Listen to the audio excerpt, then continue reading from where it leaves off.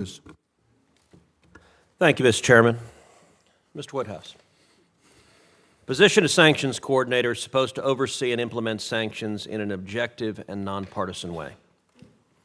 In examining your record during the Biden administration, I've become concerned that you are singularly unqualified for this position.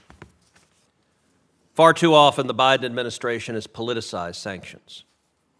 This administration has used sanctions as a bludgeon against countries and international figures whom Democrats don't like, while ignoring much more significant violations by those embraced by the global populist left.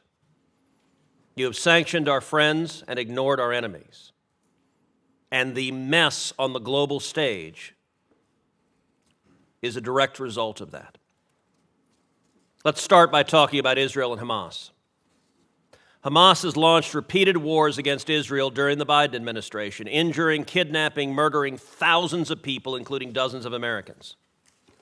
They know they cannot defeat Israel militarily, so their fundamental strategy is to use Palestinian human shields to generate Palestinian civilian casualties, and therefore international outrage to damage Israel.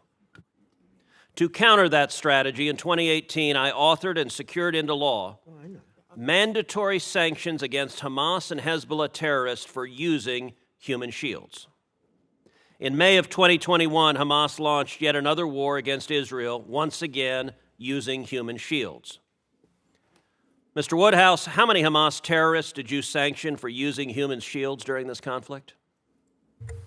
Thank you for that question, Senator. During the Biden administration, we have released multiple rounds of sanctions targeting both Hamas and its financial networks in the region and globally, seeking to continue to degrade its ability to operate and perpetrate these awful crimes against Israel. So I understand you want to make a generic statement. I want to ask the question again because it's precise. How many Hamas terrorists did you sanction for using human shields during the 2021 conflict? With respect to SHIELD Act sanctions, I'll have to get back to you. I don't have that number currently. Well, I can help you on it. That number was 0. You did not sanction anybody, and that's why you don't have the number, because there's not an answer to give.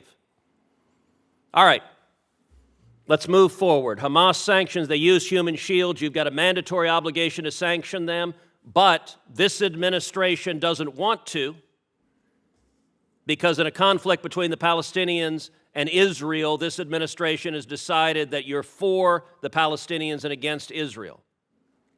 Recently, you exercised the other half of that. This administration sanctioned Israelis. Those sanctions were imposed pursuant to a new executive order that imposes crippling sanctions on, quote, persons undermining peace, security, and stability in the West Bank. Critics have rightly said that this executive order and your imposition of sanctions is meant to target only Israeli Jews living in Judea and Samaria. The administration has claimed in your talking points that the sanctions are neutral. So if it's neutral, it ought to be pretty simple to answer this question.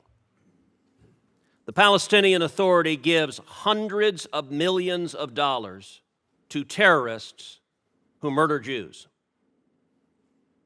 These are pay-to-slay payments, which they call martyrs' funds.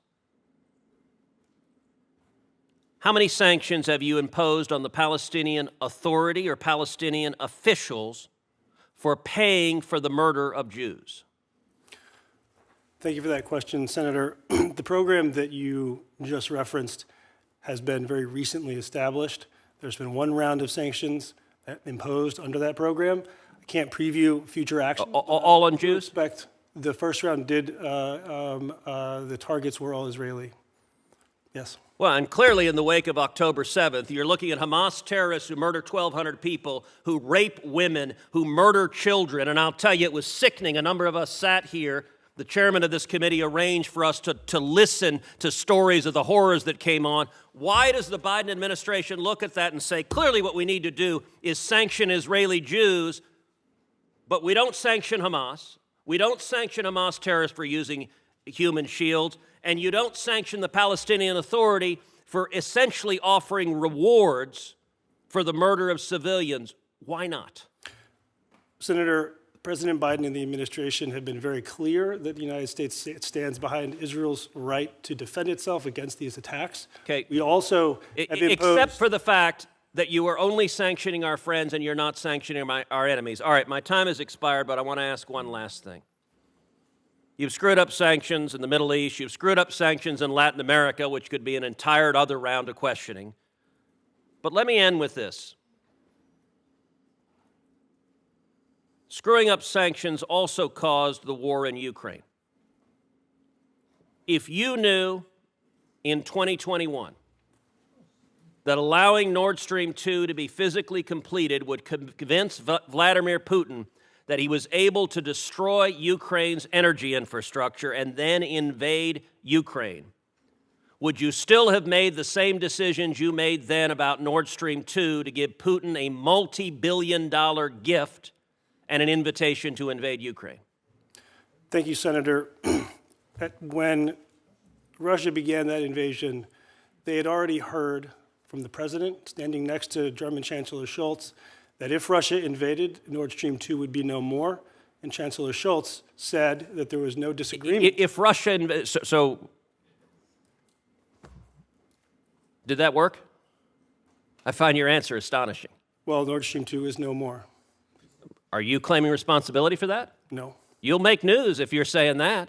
No. I'm not aware of that. Well, then that can't be your answer. If that's not what you're saying, you smirk and say Nord Stream 2 is no more, but your gift, refusing to enforce the sanctions on Nord Stream 2, caused the invasion. My question, which you didn't answer, if you knew then what you know now, would you still have given that gift to Putin and started the war? Senator, the decision that we had to make in 2021 was a pipeline that was almost complete.